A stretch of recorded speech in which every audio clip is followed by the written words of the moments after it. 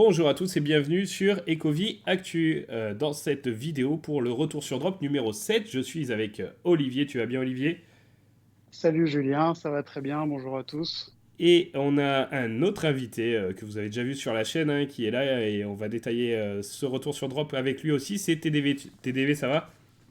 Et oui, ça va bien, salut tout le monde. Toujours la Merci. pêche, TDV, ça fait plaisir. Bon, vous en avez l'habitude, on fait tous les drops par ordre chronologique, et là on en était au Batman Black and White, la série 4. Je vous montre un petit peu ce qui est sorti à ce moment-là. Donc vous avez ce Batman, c'est le commun, un 40 gemmes, il y avait 9000 exemplaires, ça fait beaucoup, il est à 13,5. Vous avez bien sûr l'historique des prix, donc ça c'est pour le commun. Vous avez le Gary Frank, le Uncommon, 5500 exemplaires, et il était à 50 gemmes, il est à 21 aujourd'hui. On a aussi le rare. Voilà, 59,99, 3250 en nombre d'éditions et il est à 36. Et le seul en fait qui s'en tire bien dans ce drop, c'est Jimmy Lee Nightwing, en tout cas qui s'en tire bien 2 ans après. 1850 exemplaires, il était sorti à 90 gemmes, il est à 240 aujourd'hui. Quel est vous, est-ce que vous retenez quelque chose? Est-ce qu'il y en a un qui sort du lot pour vous, à part peut-être l'ultra rare? Un mot à dire d'ailleurs sur cet ultra rare, est-ce que vous le possédez ou pas? On va commencer avec toi, TDV. Moi, j'ai aucun Batman. D'accord. J'ai pu me poser sur des Batman. Par contre, c'est une série forcément que je regarde, qui commence à être assez complète. Pour le moment, j'ai pas encore pris de décision. Je sais pas quel Batman prendre. Entre un Todd, entre justement les Batman qui sont un peu plus des Batman de niche, mais qui ont du sens, qui ont aussi de l'ancienneté. Voilà, et en même temps, je regarde les supplies, donc les nouveaux avec ceux de couleur sont aussi intéressants. Donc, je suis pas encore positionné. Ok. Et toi, Olivier? Moi j'en ai aucun de ce full set. J'avais eu le Gary Frank que j'avais revendu mais il y a longtemps avec bénéfice parce que pour moi c'était le plus accessible et le plus joli des quatre. Maintenant j'apprécie le Nightwing que je n'ai pas, mais je Ni- trouve très très joli, ouais. Nightwing, En plus, c'est la F1, c'est une F1 Nightwing, il me semble, hein. ouais, il me semble, hein, Oui, ouais, oui, tout tout à à fait. fait. Ouais. Ouais, ouais, je le trouve très réussi, ce collectible, supply complètement correct, enfin tout est bon, mais je l'ai pas. Voilà. Ok, bon, bah, peut-être dans le futur, hein, 1800, 1850, c'est vrai que la supply est faible et all time low, c'était il n'y a pas si longtemps, hein, c'était il y a 15 jours, donc voilà, ça peut être pas mal de gaieté en ce moment quand les collectibles comme ça font leur plus bas, qu'ils n'ont pas fait depuis très très longtemps. Voilà, si vous êtes intéressé, c'est le moment de peut-être se tenir prêt à dégainer. Ensuite, on a eu Ultraman, donc quelques jours après, là on était le 25 mars 2021 avec 3 collectibles qui sont sortis d'Ultraman. On a eu une série 2 un peu plus tard, donc Olivier, est-ce que tu peux nous dire un petit peu la différence entre la série 1 et la série 2? Ben, en fait, la série 1, donc celle dont on parle, en fait, ce sont pas les Ultraman originels, D'accord. si on peut dire ça comme ça. En fait, sans rentrer dans les détails de l'histoire, en gros, ça, ce sont les personnages de la série Netflix qui sont dans l'histoire, en fait. En gros, Shinjiro ou un nom comme ça, là, c'est le fils de l'Ultraman originel. Il faut D'accord. savoir que ces Ultraman-là, ils sont à taille humaine, avec des costumes qui ressemblent à Ultraman, mais les Ultraman de base, donc celui dont on a eu le drop après, sont des géants qui peuvent combattre des Godzilla, ce genre de choses. Donc en fait, c'est complètement différent et les vrais Ultraman originels Mhm. sont les suivants. Voilà, D'accord, ok. Ouais, ça, ils sont dans des espèces d'armures. Voilà, vous avez c'est le ça. commun que je vous affiche là, 9500 exemplaires. C'était des grosses supplies à cette époque. C'était le moment où Vivi venait d'exploser en quelques jours, voire ouais, quelques semaines, j'allais dire, mais même quelques jours. Et du coup, les supplies avaient été adaptés très très vite. Donc 9500 pour le commun, 40 gemmes, il est à 29, mais il se maintient pas trop mal, hein. Franchement, j'étais surpris de voir que ces Ultraman ont bien résisté au fil du temps. Peu commun 50 gemmes, 6500, il est à 38 à peu près. Et enfin le rare, 3500 exemplaires, il était à 60 gemmes et il est à 100. Vraiment, vraiment pas mal, hein. Impressionné par, comme je disais, le maintien de ce drop. TDV, toi, est-ce que tu en as de ces Ultraman et qu'est-ce que tu en penses si tu les as Non, pas? non, par contre, j'en ai toujours voulu. Ouais, Et pour le voir, justement, son supply de 3500, Je trouve qu'il est super correct. Ouais, il donne vraiment envie. En termes de prix, même le floor price à 100, c'est cher, mais quand on voit que le prix de vente était de 60 à l'époque, qu'on voit que c'est déjà une pièce qui est rare, qui a une première apparence, ouais, j'aime beaucoup. Ouais, ils sont sympas et je me rappelle quand je suis arrivé sur l'app, Et on en voyait beaucoup. ils sont très très beaux, hein. On les voyait beaucoup, ils ont été mis en avant.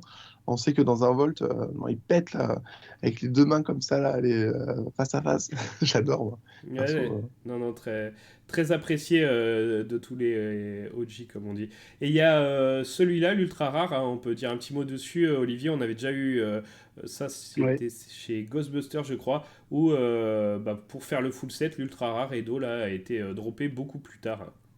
Ah ouais, quasiment un an après, je crois, si c'est pas plus. Enfin, 14 très très octobre. longtemps Ouais, après. ouais, Ouais, ouais. voilà. Ouais. C'est- Donc ouais, c'est la particularité de ça. Ouais. Je me permets de rajouter quelque chose. Alors, en termes de goût, moi, mon préféré, c'est l'Ultraman 7 avec l'épée. Ok. Je le trouve super classe. Et pour avoir plus de détails que ce que j'ai dit sur l'histoire de ces Ultraman, j'invite les gens à aller regarder la vidéo de Mika, donc Michael BDL, Ouais, qui a fait une vidéo il y a environ 6 mois, où il là-dessus, ouais. explique un peu plus, voilà, ouais. Ouais, quand il y avait eu justement la seconde série des Ultraman, il avait expliqué exactement C'est la ça. différence.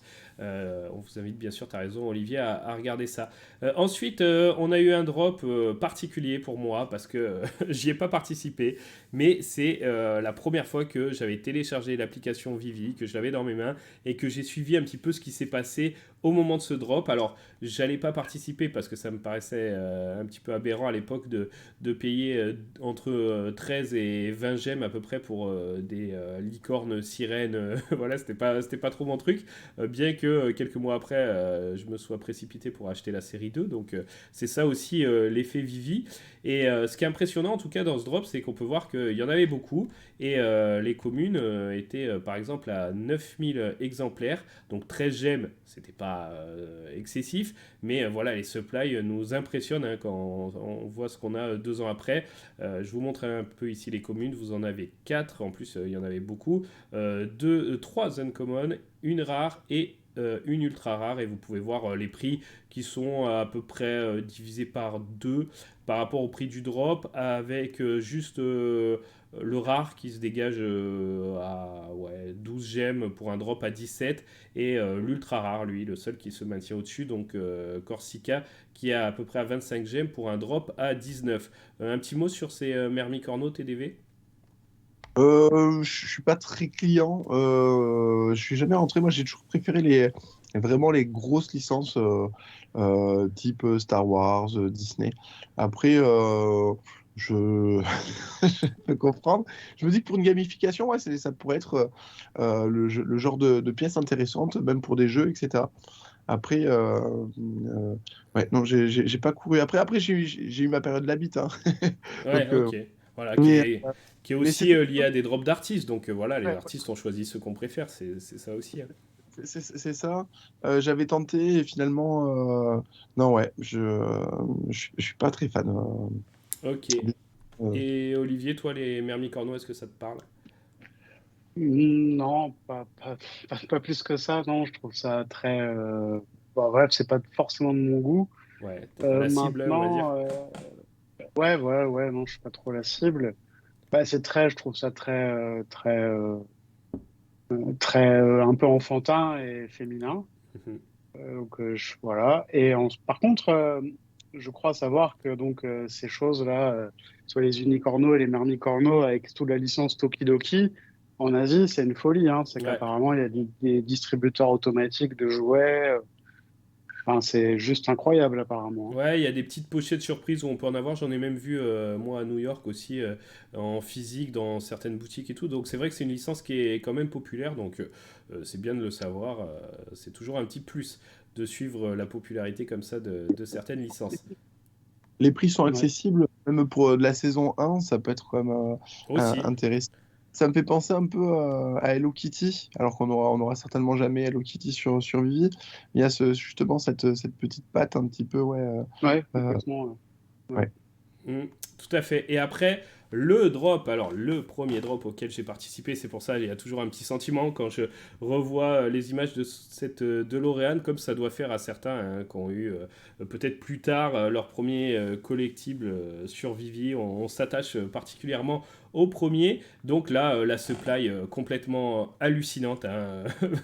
Les prix, la supply, vous avez la common ici qui est sortie à 50 000 exemplaires pour un prix de 30 gemmes. Et oui, elle est à 10 aujourd'hui, hein, donc divisé par 3, vous voyez que les prix de... Mais il y en a beaucoup, il y en a trop en fait. C'était normal que cette DeLorean, là, avec l'adoption qui tarde à venir, elle chute. Franchement, moi je l'apprécie beaucoup. Alors on avait la common, qui était en 1/6e. On avait la rare qui était au format 1 sur 1, on va dire, c'est comme ça qu'ils appelaient ça, à 25 000 exemplaires, à 70 gemmes. Et on avait l'ultra rare. Alors celle-ci, elle était en 1 sur 1, mais interactif, sachant que la common aussi est interactive et que la feature est venue après, mais maintenant on peut aussi la conduire en réalité augmentée, donc c'est sympa. L'ultra rare 100 gemmes, 12 500 exemplaires, c'est incroyable. En fait, ce drop a dû remplir les poches de Vivi pour les mois à venir. C'est sûr que maintenant, les supplies, ça n'a plus rien à voir. Et c'est pour ça qu'on voit l'ultra rare hein, qui a fait un plus haut à 1900 gemmes et qui aujourd'hui est quasiment dans son plus bas, 88. Elle a touché les 75. Mais voilà, les collectibles comme ça qui ont énormément d'exemplaires se retrouvent voilà, dans les périodes difficiles. Bah, c'est ceux qui chargent le plus parce que ceux qui veulent quitter l'app ou qui ont besoin de liquidité, bah, forcément, quand il y a 12 500 personnes ou 50 000 pour la commune qui possède un collectible, bah, finalement, s'il n'y en a que même 10% qui décident de brader le collectible, le prix fait une chute vertigineuse. En tout cas, un collectible vraiment sympa et je trouve emblématique de Vivi. Vous en pensez quoi? TDV? Ouais, vas-y. Franchement, c'est un de ceux qui m'a le plus marqué aussi dans Vivi. C'est même quand je suis rentré dans Vivi, je me suis dit, bon, je vais avoir envie d'acheter certaines choses vraiment pour la collection pure. Et là, la DeLorean, c'est vraiment le client parfait. Moi, j'ai pris un énorme plaisir à posséder tout le set de D'accord. la saison 1. Je l'ai payé malheureusement trop cher à une époque. On verra peut-être plus, je sais pas. Mais en tout cas, ouais, bah, elle est magnifique, hein, on peut l'afficher. J'aime aussi énormément sa frangine. Sa frangine, la volante. D'accord, Euh, ouais. Qui est arrivé et le 21 octobre 2022, ouais. pour les supplies, ça me choque pas tant que ça pour la ultra rare parce qu'elle est tellement culte. On voit encore que même aujourd'hui, elle garde une valeur. Même pour la common, en fait, son prix est divisé par 3. C'est clair que c'est énorme, hein. Mais ça reste quand même, en comparaison à d'autres NFT, encore, ça tient encore hein, une valeur. Et 12 500, je me dis que c'est aussi le supply d'un Golden Moment en moyenne. Donc, dans le temps du temps, ça me semble être pour qui aime en plus la prix cassée aujourd'hui, c'est intéressant quoi. Pour qui veut la collectionner, elles sont magnifiques. Ouais, et puis dans le Viviverse, forcé d'imaginer que ça va en jeter quand même d'avoir une DeLorean et même tous les véhicules un peu sympas dans le Viviverse, ça peut avoir. Ça peut... C'est vraiment en plus pour moi qui suis dans Vivi, je suis pas pour rien. Je suis vraiment très sensible à Ready Player One Mm. ou à l'ouvrage hein, de Player One avec d'Ernest Klein. Donc ouais, la DeLorean, elle tape directement dans mon cœur. Il me la fallait pour le futur. Voilà, Ouais. justement. Ouais, bah on te comprend. Et toi, Olivier, DeLorean, c'est une pièce sentimentale aussi pour toi? Bah ouais, c'est au-delà du sentiment. Pour moi, ça reste une pièce maîtresse. Premier véhicule, première voiture dans Vivi.